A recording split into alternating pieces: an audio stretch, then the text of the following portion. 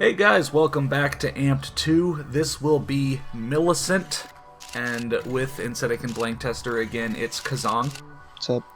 Now, in the anatomy of video for last level, we started kind of a discussion about optional content in these games and the difficulty of the content, both in what, could be considered optional and what you're required to do. Right.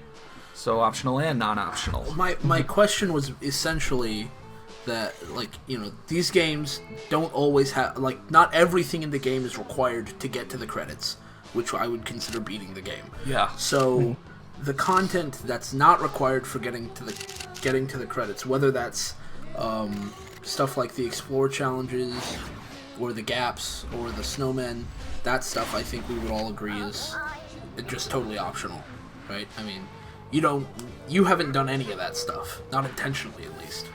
I do get the trick goals in each. Right, but you haven't gotten the... Yeah. And that hasn't... I mean, you're still able to get to the end. Yeah. So that's, I think, at least mostly optional, at the very least, we could say that. And then there's still challenges that you don't have to do, like Pro 3s, but you could do. And if you did them, you would probably be able to not do some other challenges. Correct. But of course, that's just a matter of difficulty. So I guess my question really has to do with how difficult should extra content be, and how difficult do you think Amped 2 and by extension Amped 1's extra content, how difficult is it compared to the standard that you think it should be? Well, I'll go first. We've seen over, 10 levels now, probably closer to, 16 videos, that, Amped 2 doesn't pull any punches. It understands that it's difficult, and it has several difficult moments, and the mostly optional stuff, or quite a bit of it, is intentionally very difficult. There is one legend challenge per level, unlocked only once you beat the game and get to the credits, that is way more difficult than the other things. Or, a good amount of difficulty for only being able to be obtained after the credits. It's when we have to go through some of these challenges in the actual levels, and then I hit a brick wall for like 10 minutes, where I get the feeling that the difficulty is skewed towards being too much overall. Or at least, allowing challenges that should have been tweaked to be non-optional stuff. Right, okay. So I think optional things should be able to be tough. Right. But that a lot of these games also do like to reward 100% completion. We had the example of Tony Hawk. Maybe you only have to do 5 or 7 challenges per level, but they always give you 10. Right. Or so, and they usually have a reward for getting 100%. Right. Yeah. But those challenges, they're on the levels, and you can do 5 out of the 10. So right. The other ones become optional. Yeah. So they make the effort to have all of them be, kind of around the same difficulty. Right. And if you happen to be of a different skill level at one thing than another, you don't have to necessarily approach a challenge that you don't think you can do, but then there's this other challenge that you could do. Yeah. Potentially. Kazan, what do you think about the difficulty of extra content and stuff? I think that the difficulty should definitely be, if it's truly extra and not really required for the game, it should be a little tougher, but it should give you some sort of, extra reward for beating it. Right. Just like you guys have already said, and I really can't disagree with that. So then, wouldn't that also mean that if the extra content is supposed to be tougher, or in a best case scenario would be tougher than the regular content, wouldn't that mean that the regular content should still be? I mean, how tough should the regular content be by comparison to the extra content? Should it be just barely less tough, or should it be significantly less tough for the average player? I mean, if you're incompetent at the game, you're incompetent at the game. Like, if I picked up the game, I suck at extreme sports games, so I'm going to suck at it no matter how difficult the game is. But, an average player, how hard should the required content be? Jazong, why don't you go first?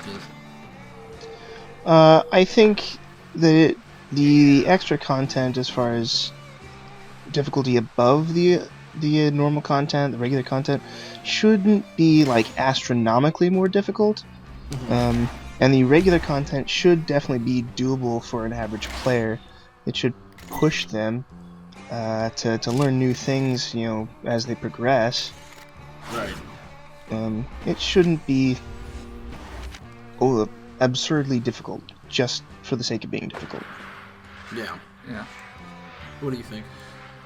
It depends on kind of your, like, how you progress through the game. Like, let's look at other genres of games where you get a New Game Plus option. The base game gets more difficult, and then the New Game Plus, this beginning of that, is a little bit of a step up as the end of the previous one. Right. But by the end of the second time around, it's a lot harder than the end of the previous one. Right. And so with these games where you have to go through one level to get to the next level to get to the next, then that's one thing about the base game. But then kind of with the legend challenges, you unlock all of those at the same time, and then you can do them in any order if you want to. So then those should kind of stay around the same level of difficulty. Okay. Yeah. It's just, again, that it's such a variable level of difficulty. Like, the legend challenge on the first level, Millicent 1, has got to be the hardest. I put in a ton of attempts on that just to see kind of what beating one would do, and I didn't even get close. And then one of them is in one of the middle levels is a sponsor challenge that I just did. Oh. Yeah. Also, real quick, Kazong, you okay, there's gonna be this level is home to my least favorite challenge in the entire game. And Kazong, you were suggesting that it might have been this sponsor 3, and I kind of want to talk about one kind of trick, because this used to give me trouble, but it actually really doesn't anymore. As you can see, the people like lip tricks, and there's not a lot of half pipes around. No, there's but not. Just remember, in the back of your head, you can stall on rails, and so I mean, I'm at the very bottom. I'm not going to get this challenge if I don't stall right now. And then I forgot about that my first time through, and that was a brick wall challenge. And then I kind of accidentally stalled on a rail, and I was like, what? What? Yeah. Are you kidding me? You should be able to stall right there in the middle of the snow. Who's on the Yeah. phone? Just stand stop, still. handstand. Yeah. Yeah. They would give you so much credit for that. You would give The sponsors they would give you all What? of their money. Yeah. So how is this? It's a photo shoot challenge. Standard jump onto a standard rail. I think that was actually one of the more straight space forward jumps, as in you start the challenge, you go forward, you hit the rail. Why did that fail you? Lost my balance. Oh. I mean, Yeah. it's tough because you're really losing your balance by the time you get to the end. Right. But it's the tough where I just speed it up and it's not an anatomy of. Did you, if you put points in balance... Oh, yeah, that's one way to do it. Just right on the bridge and then... Yeah. But, would putting points in balance make that Yeah, more significantly points in better? balance would probably help. Okay. Actually, have we talked about how much the points affect the gameplay? Because some games, you put lots of points in and you're like, I don't feel very different at all. And then other games, it's like a drastic difference between 1 point and 0 points. Is this game one of those ones on either extreme, or is it in the middle? I think there are drastic differences between the end, especially in balance and spin. We talked about this, but you saw in the first levels when I try to butter, I couldn't do it after 15 feet. I had to be done. I couldn't do it. Just ends it. It just ended, and now I could probably roll down, hundreds of feet down the slope buttering with no problem. Huh. Okay. I mean, Kazan kind of noticing the same things, or what's your opinion on that? Yeah, absolutely. I think the points definitely make a huge difference. Yeah. Yeah, you know, the spinning, the flipping, the balance, absolutely. Uh, the the early on in the game, you feel just kind of pretty weak, actually. Is what I kind of felt, Yeah. and I put more points in. I can definitely tell when I put in an extra point, and it just makes a world of difference. You know, some games almost make it too much of a difference, but I feel like this game does a pretty good job making it mean something but not be too much. Now are we? All right, motherfuckers, it's time. Oh god. Who's ready for the worst challenge in the entire game? No one's ready. No one's ready. I call it the worst because I spent over an hour and a half on this challenge my first time through the game. When you watch it being done, if I just showed you my successful run and nothing else, you might go like, wait, how is that a problem? But, alright, let's talk about things. This jump is actually okay. It's actually okay. But this is, you need to jump off the very last pixel of the rail to get onto that thing. And then you need to jump off the very top pixel of the next jump to reach the other side. And you gotta do both of those. 2 pixel perfect. We'll have an anatomy of video, so let's not, blow all our hot air right here, but, I'm blowing so much hot air right now. I remember when I finally got this, I felt like I kind of just accidentally did it right. And we went to the replay and watched it over and over trying to figure out what I'd done differently. Alright, here, so, actually so that we don't waste all of our breath on this when we've got the actual anatomy video, I mentioned replays right there, because we watched the replay trying to figure out what was going on, and so, there's kind of a few things I haven't really talked about at all over the game, because I kind of just been ignoring them, but I sort of want to address the replay system in this game a bit, because the first game had a great replay system. You had a bunch of camera angles, and you could show the points you got on a trick in the replay. You could just follow your guy, like before, behind the character, third person. And in this one, in Amp 2, the only replay you can get is kind of a montage of camera angles that shows you nothing. It's like the scenic view or whatever, the action cam. Yeah. And it's not terribly helpful when it comes to, watching how someone did something. No, it's really not. Which, I mean, I guess if you're saving the replays so that you can get I don't know, cool footage of what you did, that's I guess cool. But that's not what I mean. They shouldn't make the decision that that's the only reason you might want to save a replay. So they shouldn't make the decision for you. You know. And then it's pretty hit and miss, honestly. When we tried to watch the replay, the camera would cut from something that kind of showed what we were doing to something that was at a horrible angle, right at the moment where we really needed to know what was going on. Right. And it would do that every time, because that was the one way the replay had been saved. Yeah. Yeah. I remember... Which was fun. I remember back in Halo 3... they introduced their replay, their theater. Oh, the theater system. Yeah, and that was such a cool system at the time, and still, it's cool. Did Halo 4 do something like that? No, I think it really cut out the replays. Yeah, cut out a lot of things. I know Reach had it. Yeah. And Reach's was pretty cool too.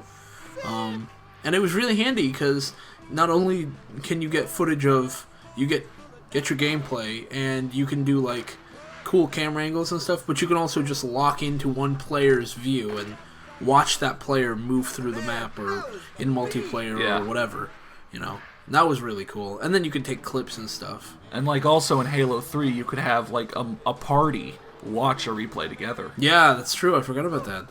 Yeah. Really? I didn't know that. I didn't play much Halo 3 online, so... Oh man, it was the best. Yeah, they took that out for Reach, but you could get a group together and, go into a replay lobby and all watch one. Yeah. Well, that's pretty sweet. Which, I did use a couple times. Yeah, I mean, I didn't have that many friends on Xbox Live, to be perfectly honest. Yeah. I didn't play online that much, but I did a lot of Firefight and and I played some multiplayer, but Yeah. you know, when I was playing Firefight, I would save those replays sometimes when I remember there was this one time where I was playing Firefight, and I shit you not, I had the rocket launcher locked onto a Phantom dropship, and the rocket flew past the Phantom, circled back around vertically, like did a big fucking loop, and then went right through the Phantom, like in that little opening when the doors open and all the enemies drop out. The doors open and it flew through that thing and did another loop and then hit the Phantom. Yeah. That's It was pretty really awesome. We also had the replay of the one time you ran into a jackal so fast it died. Yes. Yeah, we had the player speed set up like way up high. Yeah. And I think I evaded into the jackal. It just died. Yeah, in Reach, when you set the player speed really, really high, the physics can kill enemies.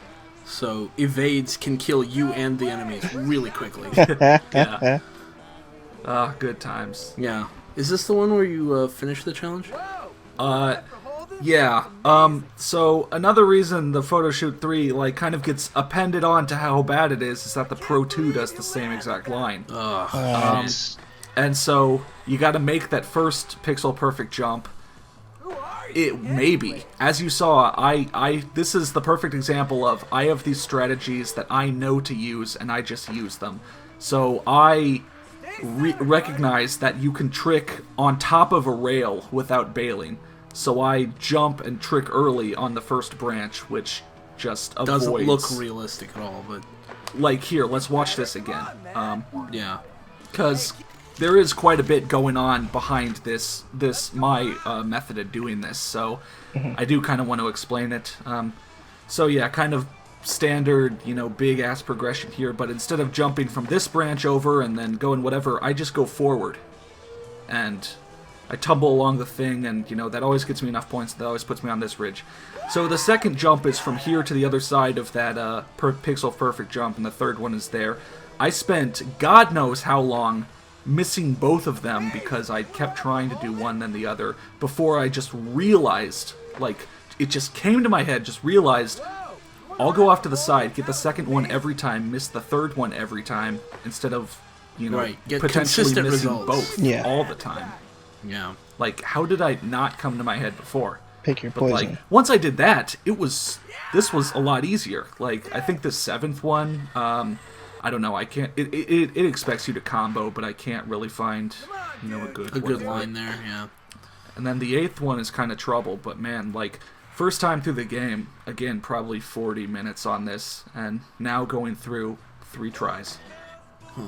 On places to combo this right ridge here, you can actually jib on that just like a rail. This whole thing on this right side. Huh. So those green things? Not just the green things, but that little edge as well. Oh. Yeah, you can ride that all day long. Until you get to the green things. Get wrecked. Damn, I got wrecked. Yeah, you got wrecked. And to come all the way back around, we kind of talked about what the game considers optional or not. Yeah. And I would say that the Pro 2s are not really optional because you get stat boosts for each one. I don't remember what the Pro 3s give you. In the first game, it was just more boards. Kazong, do you remember what the Pro 3s give you in this game?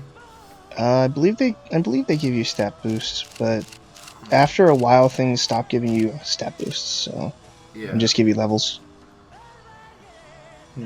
I mean, levels are definitely important, and by the end here, let's count it up real quick. 3 high score, 3 media, 3 sponsor, 3 photo shoot, 3 pro.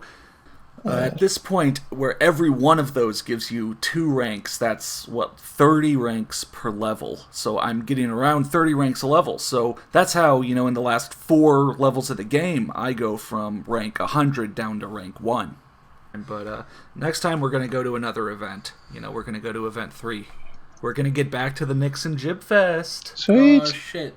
We're going to get that call from... Oh, we also got an anatomy video for this, if you want to stick Yeah. around for that. So either jump to the side there or jump forward. But we'll show you Jump guys later. backwards into the Stone Age. Jump back, watch my old videos, Jump the back to very reality. first ones. Oh, there goes gravity. Okay. See you guys later.